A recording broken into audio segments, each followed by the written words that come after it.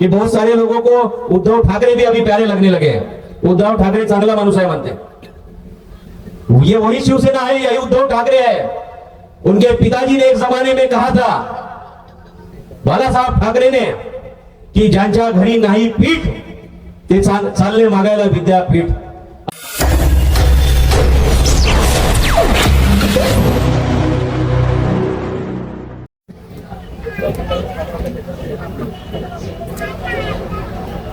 आज की इस सभा में उपस्थित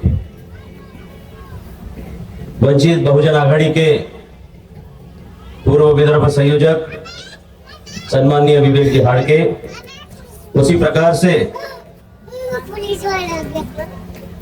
इस सभा में उपस्थित सावनेर विधानसभा के उम्मीदवार सम्माननीय अजय जी सहारे, उमरेड विधानसभा की उम्मीदवार हमारी ताई सपना मेश्राम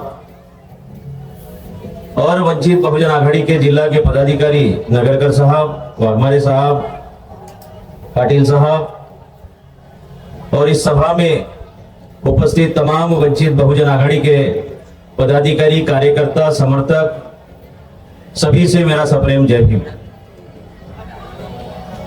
सभा की शुरुआत, अपने वक्तव्य की शुरुआत करने से पहले मैं जिन जिन महापुरुषों ने बहुजन समाज के कल्याण के लिए अपने जिंदगी की कुर्बानी दी, ऐसे तमाम महापुरुषों को मैं प्रथम अभिवादन करता हूं। विशेष तौर पर महात्मा ज्योतिबा फुले, छत्रपति शाहू जी महाराज, विश्व रत्न परम पूज्य डॉक्टर बाबा साहब अम्बेडकर, इन तमाम महान पुरुषों को अभिवादन करता हूं। साथियों, जैसा कि आप सभी को पता है, आने वाली 20 तारीख को महाराष्ट्र में विधानसभा के चुनाव होने वाले। महाराष्ट्र में जिस प्रकार की राजनीतिक परिस्थितियां बनी हुई है, आप लोगों ने देखा होगा कि जो किसी पार्टी से चुनकर गए हुए एमएलए है, कब किस पार्टी में जाए, कब कहां कोई पलटी मारे, इसकी कोई गारंटी नहीं है। 2.5 वर्ष पूर्व हमने ये सब देखा। भारतीय जनता पार्टी ने इस महाराष्ट्र के अंदर अपनी सत्ता को बनाने के लिए किस प्रकार से शिवसेना को फोड़ा, राष्ट्रवादी कांग्रेस को फोड़ा। इतना ही नहीं तो सारे आमदारों को गुजरात, सूरत, गुवाहाटी, गोवा, झाड़ी, डोंगर सब दिखा दिया।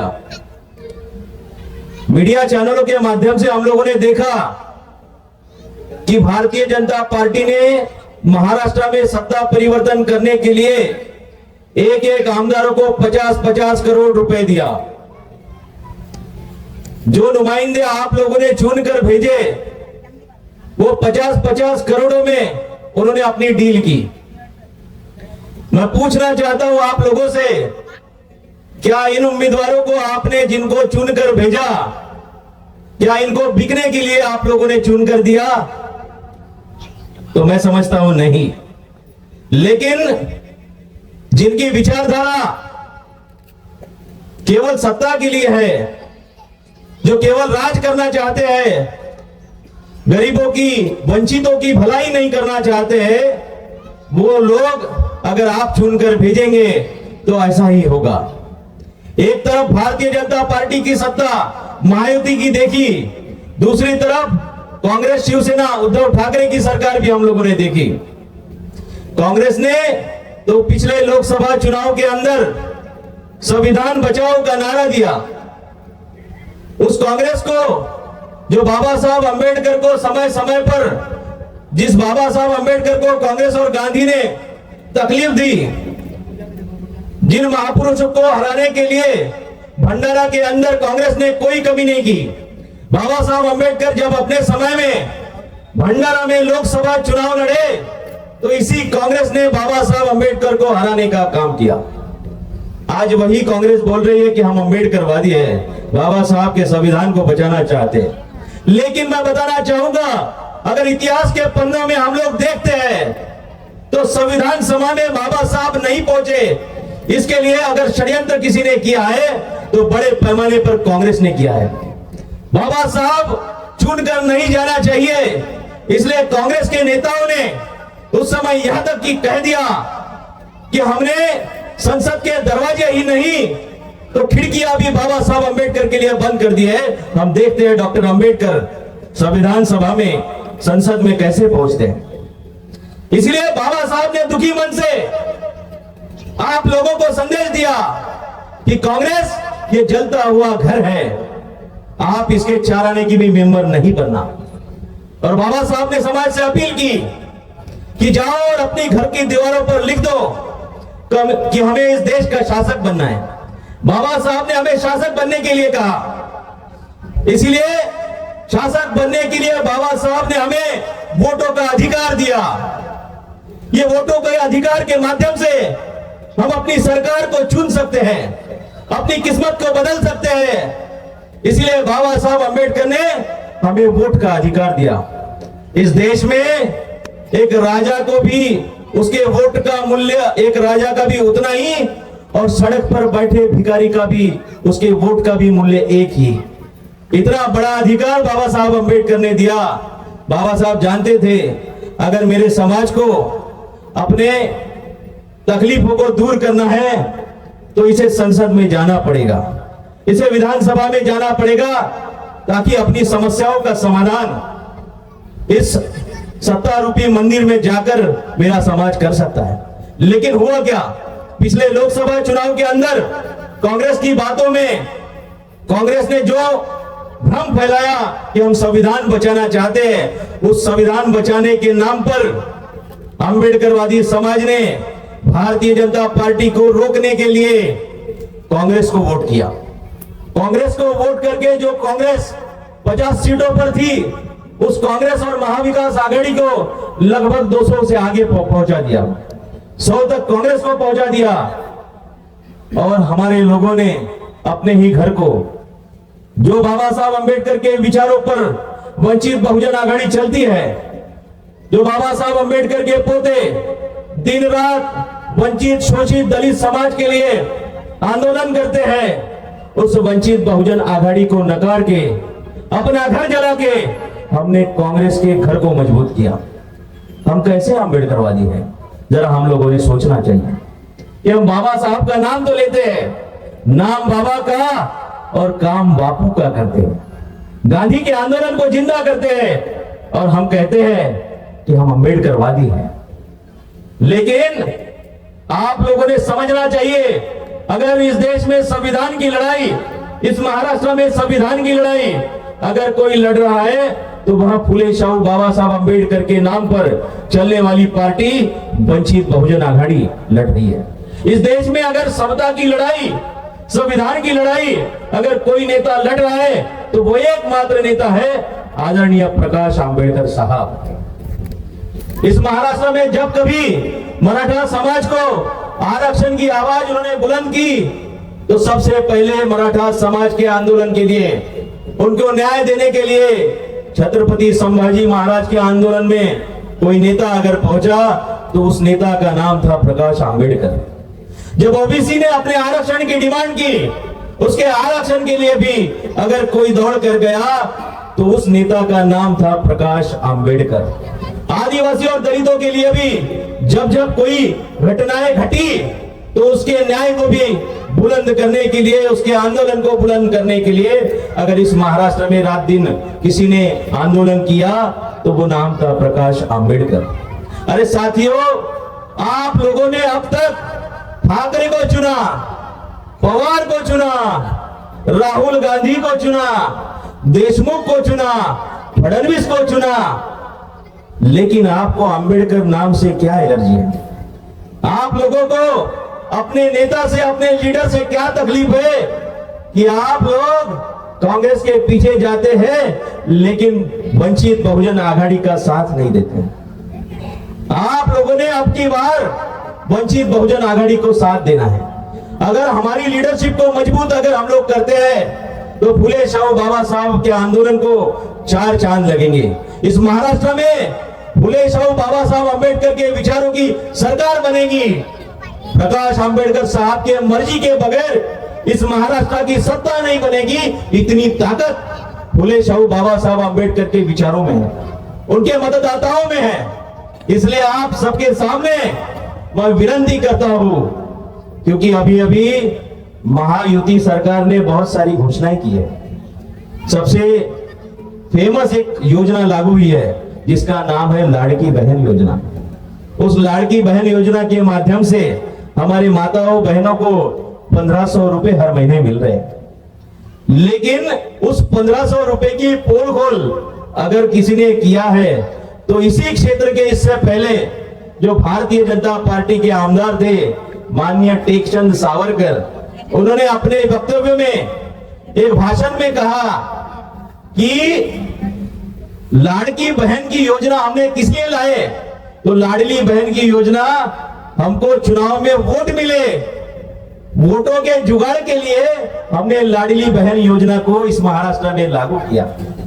ये धांधल हमने किसी के लिए की, तो वोटों के लिए की।